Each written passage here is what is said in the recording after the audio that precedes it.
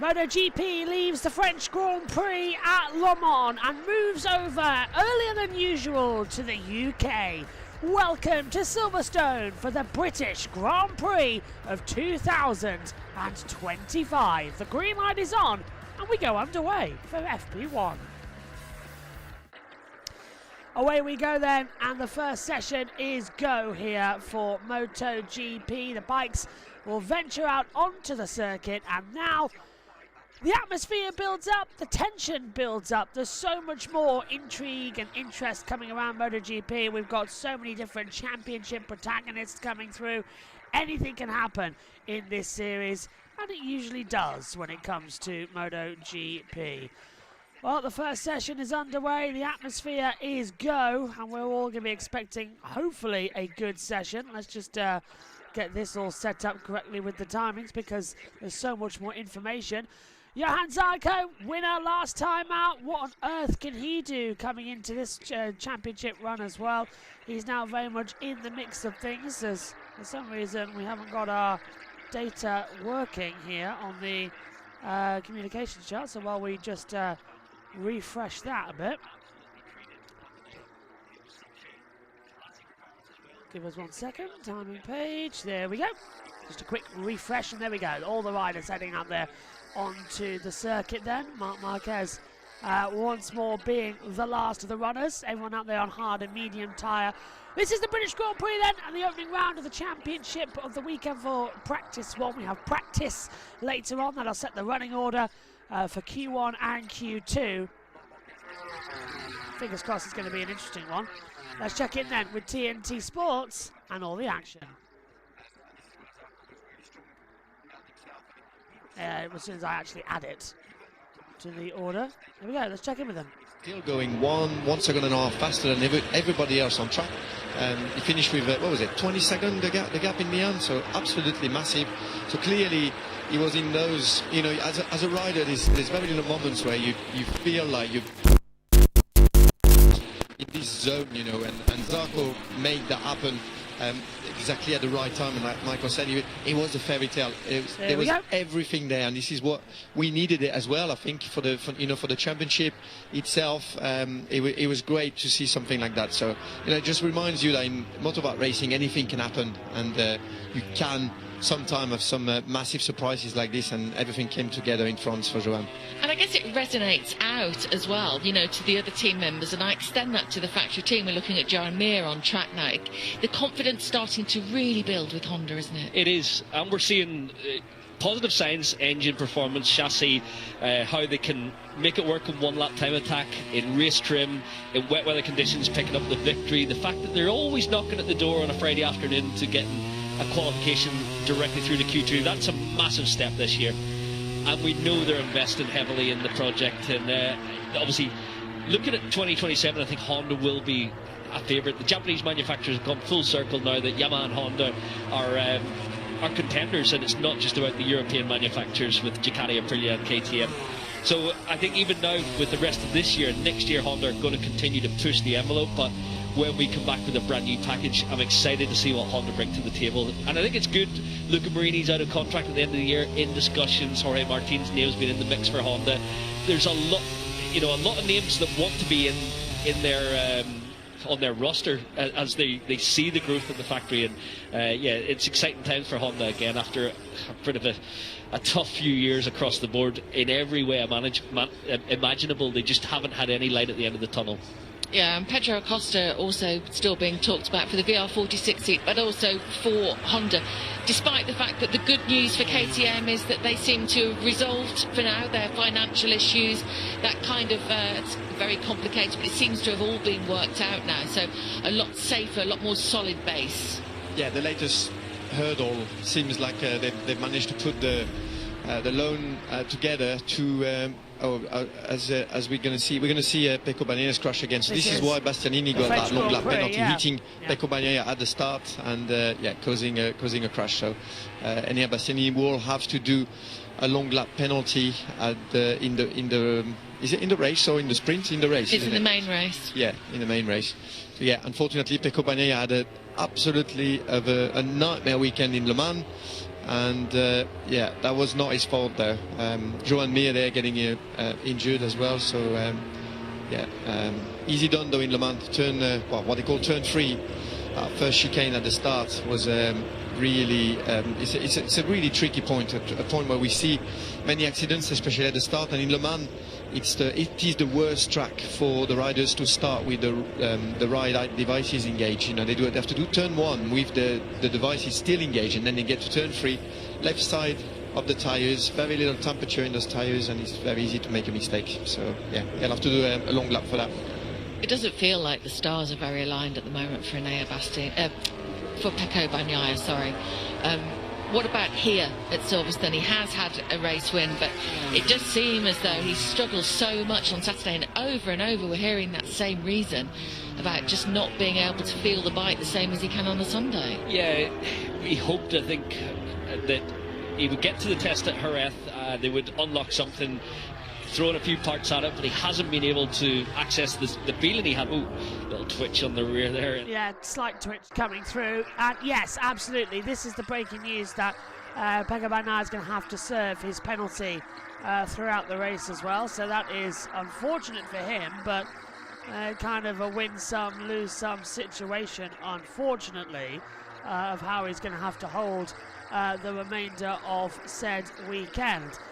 But another interesting plus side to all of this is that we now have the situation where Fabio Quartararo has to serve a 10-minute penalty. This is for crashing under the yellow flag as well last time out. So a 10-minute penalty ban for Fabio Quartararo, and Bagnaia has to serve a long lap penalty in the main race for causing the collision on the French Grand Prix weekend. So that's why Quartararo is now out there right now. Marc Marquez is the fastest at the moment, 1:59.810. Then it's Marco Bezzecchi and Jack Miller, Johan Zarco, Franco Morbidelli, Pecco Bagnaia, Pedro Acosta, Jack Miller, Ralph Hernandez, Luca Marini is your top 10 coming into it as well. It's going to be an interesting weekend to fly in. Yeah, so I'm just trying to find out the confirmed reason for Quartararo. He's now got 12 million on his payments out there as well, which is quite an interesting one. And the latest on Fabio, it was that he had to serve a penalty. Yeah, suspended of 10 minutes of FP1. There was a reason for it, I've forgotten. Coming through, Bastianini caused it, it's why Pecco getting penalised. 2 penalties causing it.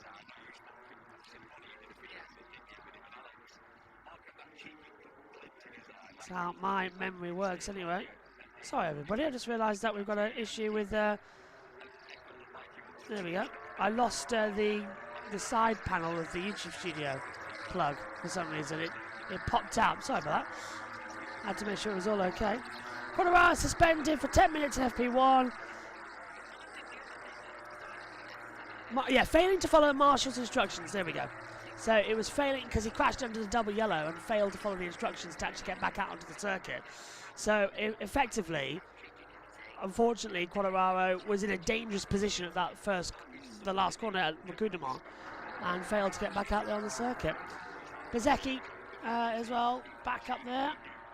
He's on a 27 down the Wellington Straight towards Brooklands. And how nice is it to be back at the British Grand Prix at Silverstone in May as well. It's the track temperatures are cooler than usual. Usually when we're here, it's boiling hot. So there is a big difference coming into it. But no, it's all looking good so far. Let's go back to TNT. This year in Jerez, so you know he's been there or thereabouts with podiums, growing as he does in stature and in confidence, and here he is now fighting for the championship. And do you know what, part of it, because obviously we've watched all the races, they are working together. It's bizarre, you're watching the Marquez brothers work together, weirdly, even though they are obviously 1 and 2 in the championship. But I genuinely feel like part of it is working together to try and pull Alex closer to Mark, to pull him away from Pecco. I feel like that's part of. I genuinely feel like Mark's that confident. What do you feel like? There's another plan going on this year. That's another like element to it. Obviously, goal number 1, win the world championship. Goal number 2, make sure my brother beats my teammate and finishes second. I mean, and so far the plan's working. Well, I obviously did ask him that question yesterday, so you can watch that unfold on Sunday morning. We're just about to see Fabio Quartararo go out, and that is because he's got a penalty for talking badly, really. Arguing in Le Mans when he came off with the marshals, which is two ways of looking at it, really. It's just about, so he got a 10-minute penalty. He had to miss the first 10 minutes of this, which sort of gives a warning to everybody to say you've got to respect the marshals, which they all know. But I suppose in the moment when you're at your home Grand Prix and you've crashed out, you are on the rev limiter personally, aren't you? But what Simon's saying is it's no excuse, you've still got to respect everybody. Yeah, you do, and the marshals are there for your safety and the safety of the others as well. He was in a spot that, you know, potentially if somebody could have crashed and ended up there, but obviously he wanted them to push him out of the gravel and try and restart the bike, because it was, you know, difficult conditions, and his race, he thought, was not ruined. So yeah, he was arguing, so he got 10-minute sin bin. I mean, we've not really seen that before. If you just named it that, the sin bin. It is the sin bin, isn't it? Let's call it the sin bin. 10-minute. Yeah, I like that one. So 35 minutes of practice instead of 45 minutes. I don't think that's going to make a difference, but that's just probably, you know, a way for Simon Crafard to just say, look, you guys, you can't do that, and if somebody does it again, you're going to get punished. So yeah, but yeah, for Fabio, obviously in the heat of the action, he could see that the bike wasn't damaged, and he was just so desperate to restart his home Grand Prix. Yeah, but yeah, he argued just a little bit too long probably with the marshals. Yeah, they had a test, didn't they? A private test, him and Alex, in Misano. They lost the day, I think, with weather, but the second day seemed to go really well. Some positive comments from Fabio that could play out this weekend. Yeah, he's been looking good on. Especially since the new engines arrived. I think they're really happy. All four Yamaha riders very complimentary about the package, but the test in Misano was important for them just to dial in a few things, and yeah, it seems positive all around. This is a racetrack, although it's fast, it's also very flowing, and one that could suit Yamaha and Fabio, and has done over the years. So yeah, they'll be looking forward to having a proper go at it here. Lap time cancel for Luca Marini for a shortcut out there on the circuit. So there's a few changes that are cropping around as things stand with 32 minutes to go. Pedro Acosta is coming back into the pit lane now. So he's just changing things slightly. It's Marc Marquez on top from Bezzecchi, Miller, Alex Marquez, D'Antonio, Bagnaia, Acosta, Morbidelli, Mir, Zarco, Binder, Aldeguer, Ralph Fernandez, Alex Rins, Marini, Oliveira, Aguirre, Bastianini. Then we get Aleix Espargaro back in this weekend as a wildcard rider. Chantra, Salvadori, Vinales, Quartararo will be setting a time shortly as well. Yamaha running some aero tests on Jack Miller's bike. The wires are a measuring device, if you see them. That is latest from Simon Patterson, who's trackside. And Maddie's there this weekend at the British Grand Prix as well. Surprised a couple of people that she's back. And Maddie, delighted to see you back at the British Grand Prix as well. And don't forget, next weekend it's the Isle of Man TT as well. And stay tuned for some updates on our coverage plans if they all go through. Fingers crossed very much for that. We'll have a couple of days of running when we get into our production meetings. Just a reminder, for the final 15 minutes of this session, Megan Birch will be in the chair, swapping between that and the TNT team as well. So, or just sort of getting ready. This certain TNT screen as well. For some reason, it's cutting. It's not fading. So I don't know why when we move forward, it's not working that much. Hang on a minute. The fade is set to 300 seconds. Let's just change that. It's all higgity-puggy, isn't it, at the moment as well? Scene transitions. What's the main one that's set? OBS still now. Fade. There we go. That should be better. Let us know where you're watching from as well for the British Grand Prix. It's our home event at Silverstone. It's our home British Grand Prix. We're very happy that we've got it. But I know that it's disappointing we can't be trackside. This weekend also clashes with Formula One the Monaco Grand Prix, of course, and IndyCar with the Indianapolis 500. So it's impossible for us to be trackside. But next year, things are going to be a bit different. And hopefully the British Grand Prix returns to its traditional August date. And this clearly isn't working, by the way. There's hardly any fans here today, and that is the big disappointment. Do you know why? It's a bank holiday weekend, yes, but MotoGP haven't been smart. If they were smart and done a bank holiday weekend right, they would have done what the British Superbikes do and done it Saturday, Sunday, Monday, and done a Monday race, which is what a lot of bank holiday racing here in the UK is. But everybody on Friday, it's GCSE week as well. So everybody here in the UK is battling. Donington or Silverstone?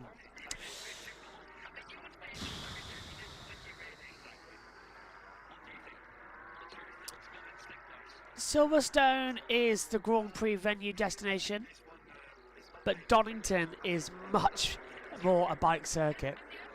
Having been there for World Superbikes and seen how popular it is, yeah, I would say definitely Donington. It's easy for me to get to actually as well. To do it. And we already had a commentary box there early on in the year. So yeah, Donington for me would be better. Watching from Australia is Michael. Hello. What time is it over there in Australia? Is it nearly? Was it 12 hours? It's 11 o'clock in the evening. My goodness me. I've got this little world clock on my Apple Watch. There we go. It tells me where it is. So yeah, 11 o'clock. My goodness me. Hawaii's 1. Is that they come through? How I'd love to. Who wouldn't love to be in Hawaii, by the way, as well, for a little bit? That'd be a lot of fun. 9 PM. Oh, is it really? So, are you in Sydney then? In that time zone? At 9 PM. Again, it says it here. Sydney, 9 PM. 5 PM in South Asia. For Shakram as well. Welcome to you. Quartararo now, aren't they, on soft, medium front and rears? So soft front, medium rear. They are not testing much with him on this session. I think it's just very much get out there and do as much as you can, as quickly as you can type of game. After several incidents earlier on in said weekend. Oh, I wonder if that's possible. Hello. Megan's walking past the commentary box. So she'll take over for me shortly as I go over to MotoGP, then sorry, to Formula 1, and then Megan comes over to Formula 1 afterwards as well, and all ready to go. Alex Marquez moves into second, cuts his brother's advantage down to 2/10. Mark is very much the pick for everything as Quartararo comes into Cop's corner, holds the inside line to the tight right-hander, opens up the throttle as you head down towards Maggots and Beckett's, the wonderful tricky section to hold through. Left, right again. It is a brilliant circuit as they continue to plan out. Let's head over to TNT. Have their opinion, and it's up to Jorge to decide if it would detract from his legacy as a world champion. I don't think it would. We've seen incidents in the past where riders under difficult circumstances have to make a tough career decision. Again, at the same time, I do believe Jorge on the Aprilia could be a force. You're facing everything on at the moment with Bezzecchi, and it's been a tough time, but we've seen really good signs from Ayagura. So I'd love to see Jorge fully fit, back on the bike over the summer period, get some wins, and then somehow they shake hands and go forth, because I know it would be a tough scenario. The Aprilia engineers putting it all behind them, saying he doesn't even want to be here if he does end up staying in the future. But those relationships can be repaired pretty quickly, and you get on about your business. But yeah, there's a long way for this to rumble over the summer period, and we're going to talk about it some way now. But I'm glad to see Aprilia taking the hard line and trying to defend their corner. It's the only move they've got right now, and let's see when Jorge is fit to return what is possible. They do, though, don't they? Aprilia do tend to take the hard line. I mean, it wouldn't be the first time that a rider had managed to unstitch a contract. We saw Johann Zarco able to get out of his KTM. Of course, Mark left Honda. These are all different scenarios, but basically you can get out of a contract legally, but it can be quite messy. Yeah, well, mentioning Aprilia, the contract with Sam Lowe's was Brocken was supposed to be a 2-year deal. I don't know exactly what the clauses were, but I got the feel at the time that Sam was expecting to do 2 years, and the deal ended after 1 year. So we've seen it going both ways. That's what I'm trying to say. And yeah, I do agree with Michael though. We've not been able to see Jorge Martin on that Aprilia, and when he came back in Qatar, he was still very much injured, very much suffering from those injuries physically, and he had no race rhythm. You know, he came back after months after being off the bike, and he had almost no experience with the bike either. So we've not seen anything yet of Jorge Martin and Aprilia, and for sure it would be really interesting to see what they can do. And I personally think that they could do really well, but yeah, it's like Michael said, it's a short career as well, and you know, when you're at home thinking about all this injured and suffering physically and mentally, it's a tough time. Yeah, it is. Let's move forward then. Aleix Espargaro wildcarding this weekend. A deleted Instagram post to go along with the Aprilia story as well, with Jorge Martin out in it. Apparently it's Jorge Martin out partying, and they photoshopped the face. It was just, well, you know, it all sort of adds to it, doesn't it, really? It's been deleted anyway. But Aleix around Silverstone, a track that could suit him. I mean, obviously, as a wild card with Honda, what do you expect from him this weekend? It's going to be tough. Obviously, wildcard rider and adapting well to Honda, and may actually have a word in the ear of Jorge Martin. They are best mates, and obviously he was the captain at Aprilia, but now very much so as test and development rider at Honda. I think Aleix he's obviously having to come to terms with now being a test rider, where over the weekend the focus isn't on getting you on the podium or inside the top 5. It is on testing components, getting the bike better for Luca Marini, for Johan Zarco, and yeah, that's a difficult prospect for someone who's been in championship contention over the last few years for Aleix, but he's accepted that role and seems to be enjoying it. Yeah, certainly does. We just saw Fermin Aldeguer going out, growing in stature as this season continues, really impressing the paddock. Yeah, getting better and better, and super aggressive, precise, and still and progressing really fast. You know, we saw in Austin, was really surprising the pace he had at the end of the race, and he has been crushing quite a bit. He's doing exactly what a rookie basically should do. You know, pushing hard, taking liberties, making mistakes, pushing too hard, and but learning really well. And in Le Mans, again, he showed in the main race on Sunday, he showed how good he was at adapting.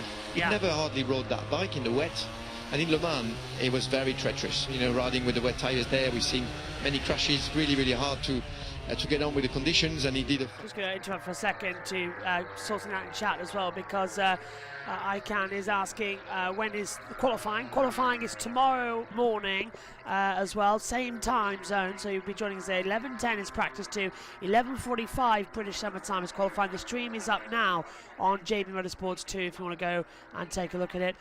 The running order, the session to decide the running orders of Q1 and Q2, that is this afternoon at 4 o'clock British Summer Time. All the streams are in the JB Motorsports subscription below. Just a reminder that on Sunday we have the Moto3 and Moto2 races live on the second channel, and on JB Motorsports is where the main Grand Prix will be happening on Sunday. That is a heads up to you as well. Marc Marquez looking quick then with the fastest first and a personal best middle sector as well. Sector 3 looking strong as he comes through. Maggots and Beckett's down towards Chapel and the hangar straight. Mark, red sector with a used tyre. Yeah, on 8 lap old, soft rears. I'm getting really close to the camera there. I do apologise, people, as it comes through. But yeah, so a few improvements coming as 0.029 up. Mark is improving like absolute crazy at the moment as well. It's quite a surprise. As, I'm just trying to see if... There you go. There's the best time sections as things stand. So you can see Mark with a 158.702, Alex a 159.123, Bezzecchi 159.343, Quadraro 0.423, 0.570 for Miller, 0.716 for Di Antonio, 0.746 for Bagnaia. As look at that, Mir Johnson tonight, 159.922. So times improving dramatically here, which I think is the best sort of news and situation that we could possibly hope for coming into it. Yeah, not a too bad a session actually, as to what we were thinking. There's a lot of improvements coming.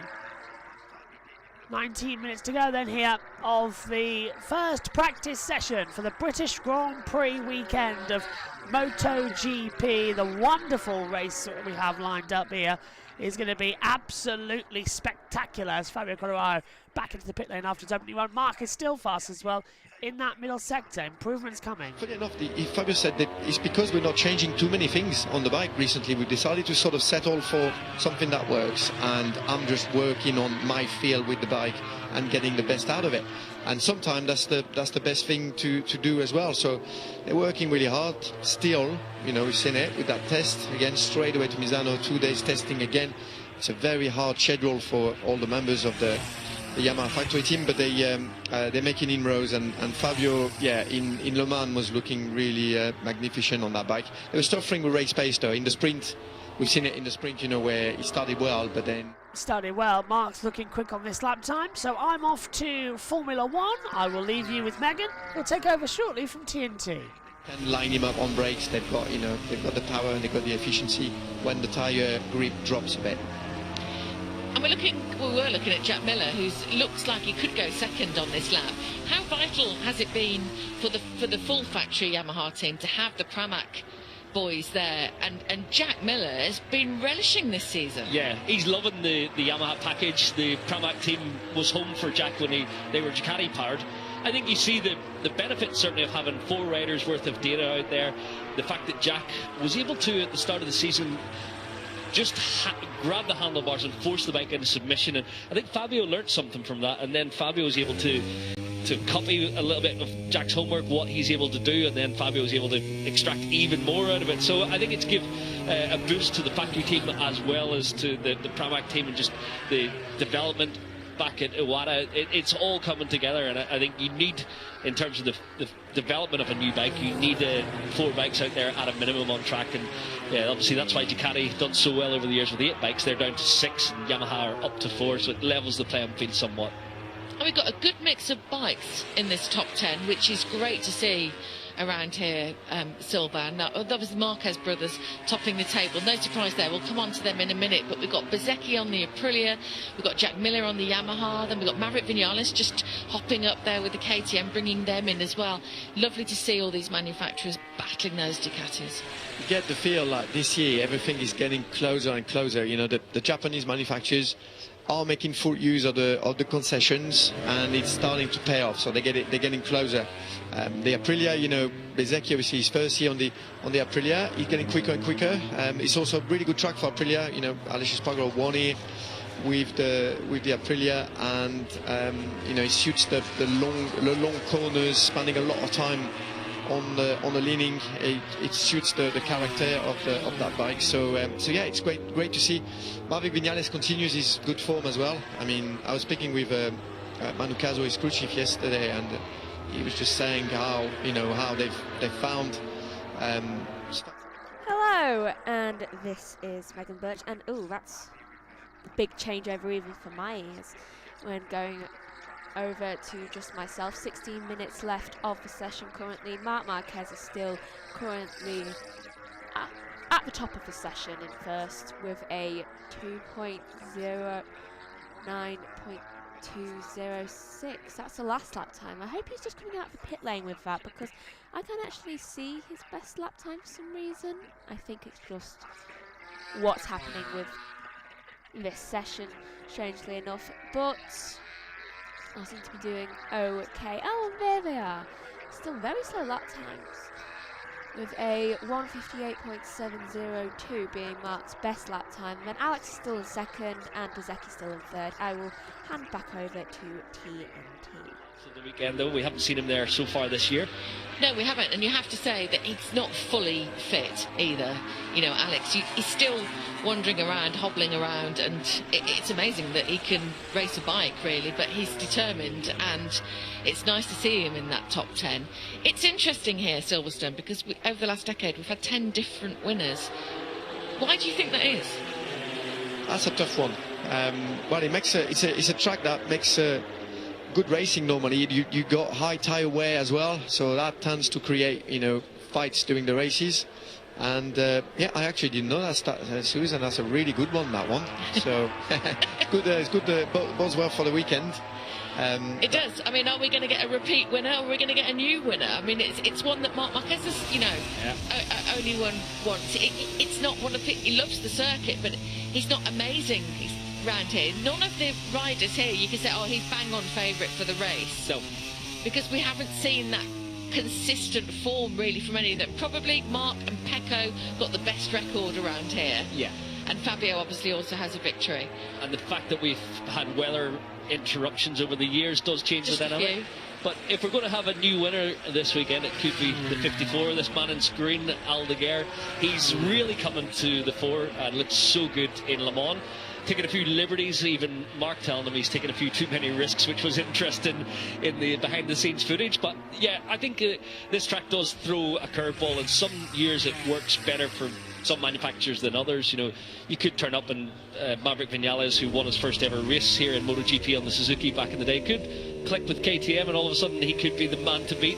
It is a fantastic circuit because it's so. I am just going to quickly take back over from TNT. Don't mind the thinner hair that I have at the moment. Right, so currently the standings go like Mark is still in first with a 1:58, and I can't see the timings again, strangely enough. So Alex is in second, bsky is in third, Miller is in fourth, which is good standings for Miller so far. Hasn't had the best season, but also hasn't had as bad as a season as last season. So far, those does keep crashing. Let's hope this weekend he does not decide to, well, right, he's not unlucky enough to crash out. That's Quartararo about to head out onto the track. Vinales is in fifth. Quartararo, coincidentally, is in sixth, just about to head back out onto the track. Rins in seventh, and here's a replay of Quartararo earlier with the updated aero that he's got, which could explain why he's doing so good and is in sixth position, sorry. Right, so seventh is Rins, Aldeguer is in eighth, D'Antonio is in ninth, Bagnaia is in 10th. Unusually slow for Bagnaia, but I'm guessing he's just wanting to have a introduction to the circuit so far. It is only free practice one right now. Mir is in 11th, Zarco is in 12th, Marini is in 13th, 14th is Morbidelli, Acosta is in 15th, Binder is in 16th, Ralph Fernandez is in 17th, Ayagura is in 18th, Oliveira is in 19th, let's hope he doesn't crash. Bastianini is in 20th. Aleix Espargaro, who is back as a wild card, is in 21st, though Chantra is in 22nd, Salvadori is in 23rd, and currently the only two improving out on the track is Ralph Fernandez and Bastianini. And yes, Julian, almost all of the top 10 currently are previous winners, which is quite impressive. Let's hope that the other previous winners can make their way to the top 10 and we can have an entirety of previous winners, because that would be quite nice and also quite funny to call, I would imagine. Right, heading back. I shall hand you back over to TNT. Previously. Well, the main thing for Alex is that he's found himself at home on that 2024 Ducati. As soon as he jumped on it after the last race in Catalonia last year at the post-test, with the new bikes for 2025, he jumped on that bike and was quick immediately felt confident, and that's not left him since. So I mean, his first faux pas basically was the race in Le Mans where he crashed twice, scored no points. But then again, can you blame him? The conditions were very, very tricky, and yeah, made a couple of mistakes. But except from that, he's been regular. He's been taking the points. He's been beating Pecco Bagnaia on a regular basis, and he's done really, really well. So yeah, Alex very, very much at home on that bike, and we know that package is just really, really sorted. That 2024 Ducati is working everywhere. They've got all the data from last year. They've got a lot of of experience with that bike, and he's using it to the maximum. Bastianini is back with the mass damper in the back. We saw them. See that big rear seat unit there? You're gonna get a glimpse of it there. There you go there. So lots of the riders, the KTM riders, have abandoned it, and Marc Viñales, Acosta, Binder, they all moved away from it. But it looks like he's trying it again. They still have that vibration issue, and this is supposed to help counteracting it. But yeah, that vibration is still there. And just back to the Ducatis, it's worth remembering that the Ducati that Alex Marquez on is different to the full factory Ducatis, but the gap is probably the smallest that it's ever been between factory. I can't call them non-factory. I don't even know what we're supposed to call them anymore, because it is, they have the backing, the factory backing now, but there is a difference between what he's riding and what Pecco and Mark are riding. The independent teams get a year-old package, but it was the World Championship winning package. It's a great tool for Ducati to be able to provide to customer teams. So Gresini go pay their money, same as the VR46 team, they pay their money, but not for the package for Digi that's factory provided. So it's an interesting dynamic that the GP24 would probably be the preferred bike for Pecco Bagnaia, but he's got the latest and greatest. He's got the GP25, the Evolution, which should be better in every single area, but change isn't always better. Sometimes you modify and take away a little bit here or there, and he's just lost his comfort factor, which he needs on the front end of the bike, and struggling to get it back. He would swap seats with Alex Marquez now. No, it's interesting, isn't it? Because they actually took that bike at the start of the season. They took it back, stripped it back to as much to the GP24 as they could, and he called it, I think, the GP24.1, the GP25. So they're so close now, the differences. Yeah, they're close, and I think can have a big impact. The really interesting thing there is what Michael was just saying about, you know, it's hard to improve every time, and it just seems, you get the feel after, you know, the races that we've done. Hey, is Lynn back in the paddock? Lynn Jarvis? Nice to see Lynn Jarvis, who stepped aside at the end of last season. So yeah, it's interesting to see that for Ducati now, it's really, really hard to improve. You know, that package that they had last year was just working everywhere. Was just like a really, really, really strong compromise in everywhere. So they've tried to improve. They turned up in Sepang with loads of new 2025 bikes, and none of the riders liked them. They all wanted to come back. They all struggled. Mainly the issue was struggling in the braking zones. So they were struggling to stop the bike. So they did sort of come back with the spec, but we don't know how much they can come back, because obviously, for example, if they change the position of the engine slightly in the chassis, so this is something that they can't change. They changed some kind of spec with the engine inside the engine as well. They wouldn't be able to change that, because now that engine spec is frozen until the end of 2026 actually. So yeah, it's tough to improve on a very, very good, near perfect package, and it seems like for Pecco Bagnaia it was a step backwards. Marc Marquez though, looks like he's not been too much affected, but for Pecco, he's struggling to find the same feel that he had with his 2024 Ducati last year. Just talking about developments, I want to get another look at the front end of Fabio Quartararo's bike. It looks like they've got the downwash duct, the diffuser on the front wheel, which we've not seen in any other MotoGP manufacturers. Normally it's on the side of the fairing.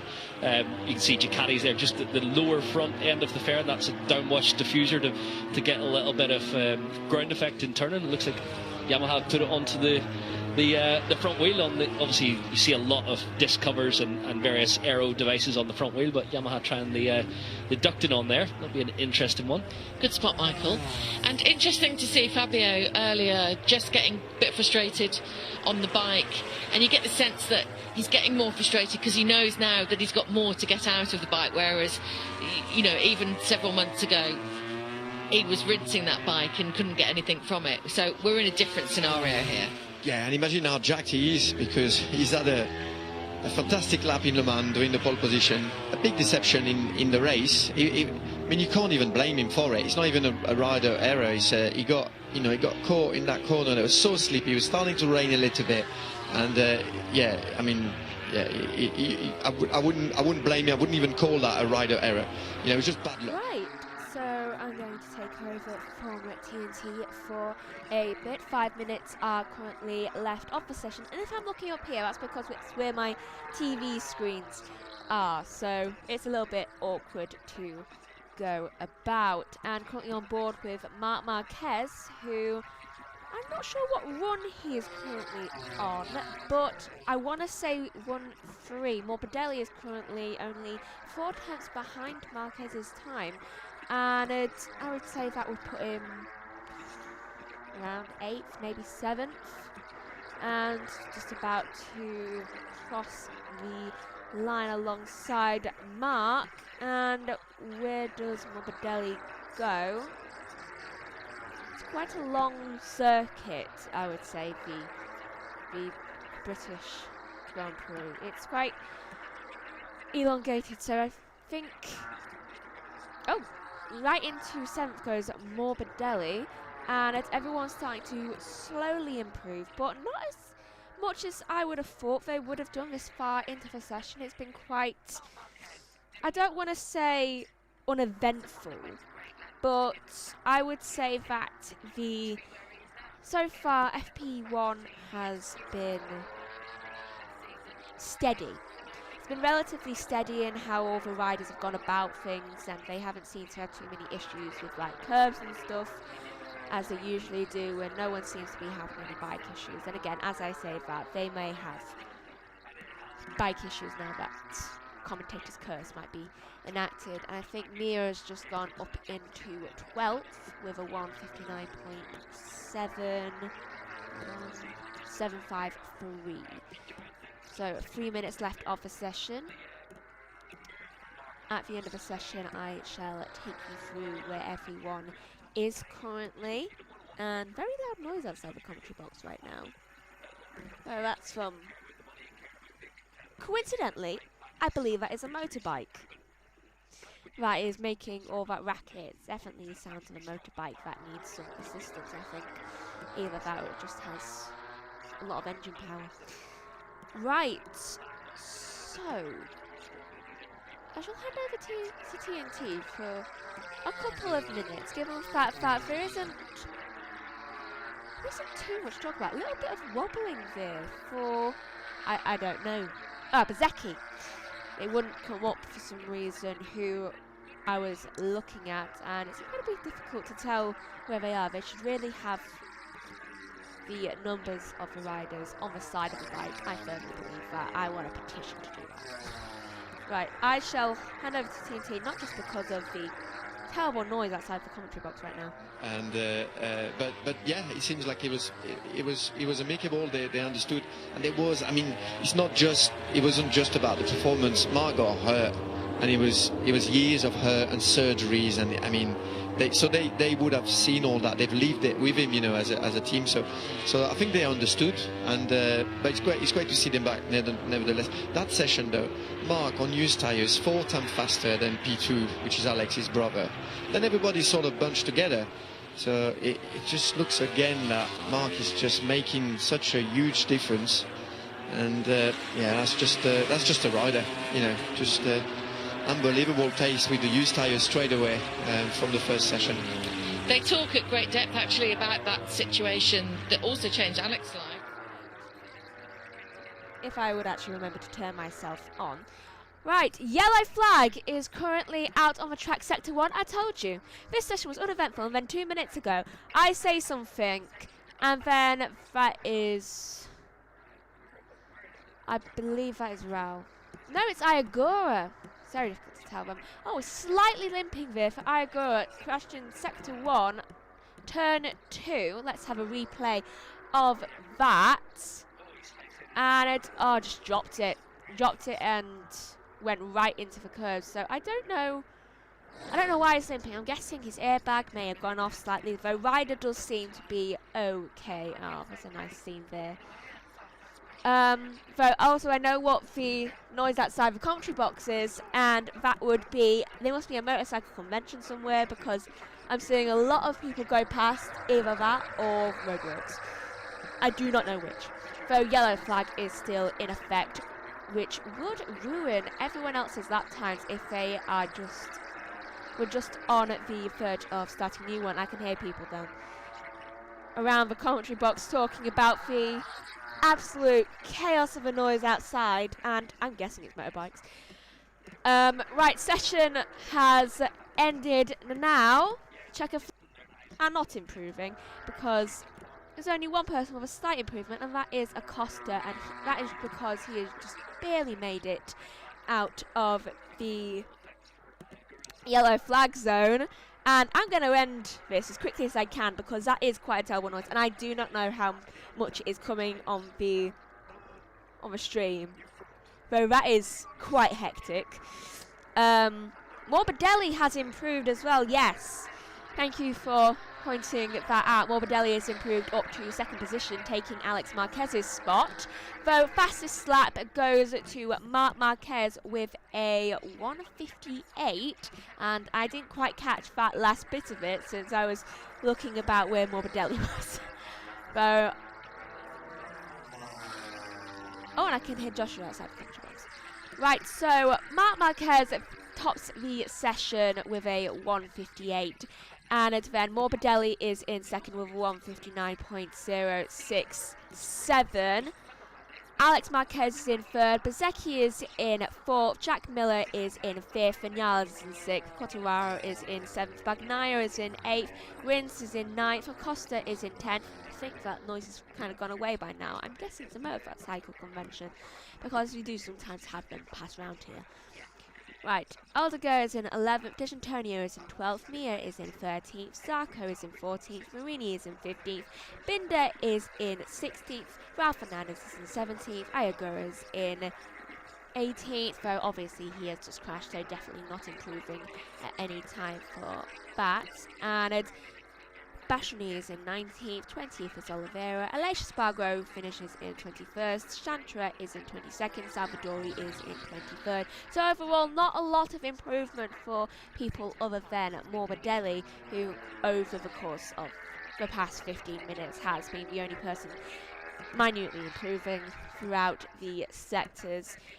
Please do join us on the channel later here on JB Motorsports 2 for more motorcycles and MotoGP action. I believe FP2 is on around 4 o'clock local time. I can actually say that because it's here in Britain. And please go over to JB Motorsports 1 with all of the coverage that's currently going on, and I believe Formula 1 is currently being covered, as well as IndyCar later and another F1. So it's all go on the channels, so please go and tune in. Thank you for watching. Goodbye.